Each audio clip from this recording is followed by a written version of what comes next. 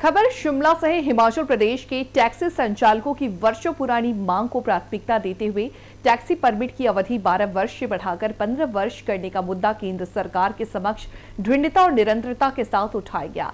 लगातार संवाद और सकारात्मक पहल के परिणाम स्वरूप केंद्र सरकार ने परमिट अवधि बढ़ाने पर निर्णय लिया।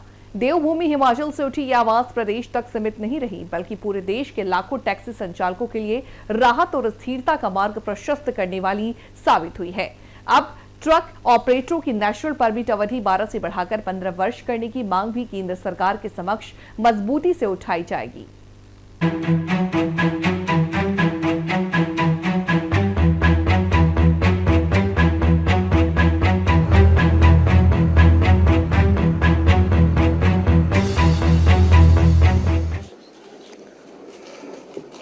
सबको नमस्कार और आप सब ट्रांसपोर्ट डिपार्टमेंट के आग्रह पे यहाँ पे आए, हम आपके धन्यवादी हैं। और मेरे साथ डायरेक्टर ट्रांसपोर्ट और उनके पूरे सहयोगी टीम जो है ऑफिसर्स की, वो इस प्रेस कॉन्फ्रेंस में मौजूद है। और आपको मालूम होगा कि हमने जो 20 जनवरी 2026 को प्रेस कॉन्फ्रेंस की थी और हमने ये कहा था कि हम ऑटोमेशन जो है वो ट्रांसपोर्ट डिपार्टमेंट में लागू करेंगे। तो उसी संदर्भ में आज का इस प्रेस कॉन्फ्रेंस का आयोजन हो रहा है। विभाग की काफ़ी सेवाएं हम डिजिटल और फेसलेस प्रणाली के तहत, जिसमें मानवीय हस्तक्षेप हटा दिया गया है, ह्यूमन इंटरवेंशन जो है समाप्त हुई है और सीधे जो है ऑटोमेशन शुरू कर दी गई है। और ये एक बहुत बड़ा पारदर्शी और विश्वसनीय प्रोसीजर जो है ट्रांसपोर्ट में लागू किया गया है। तो एक तो सबसे पहले मैं आपको सूचित करना चाहता हूं कि ट्रांसपोर्ट डिपार्टमेंट का रेवेन्यू जो है 1000 करोड़ को पार कर गया है।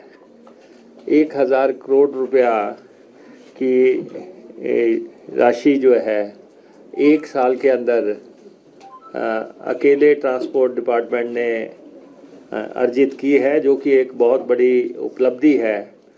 और अगर हम पूर्व शासन के 3 साल को देखें और कांग्रेस पार्टी के 3 साल को देखें, तो हमने 3 साल में 2744 करोड़ रुपया रेवेन्यू अर्जित किया है। और उस समय 3 साल में जो है 1564 करोड़ रुपया अर्जित हुआ था।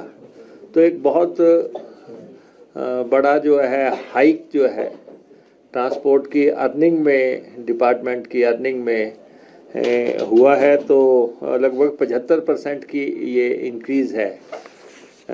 तो एक ट्रांसपोर्ट डिपार्टमेंट एक रेवेन्यू अर्निंग करने वाला एक मेजर डिपार्टमेंट हिमाचल प्रदेश में कायम होता जा रहा है। और इसी के चलते जो हमने स्टेप्स लिए हैं, हमें भारत सरकार ने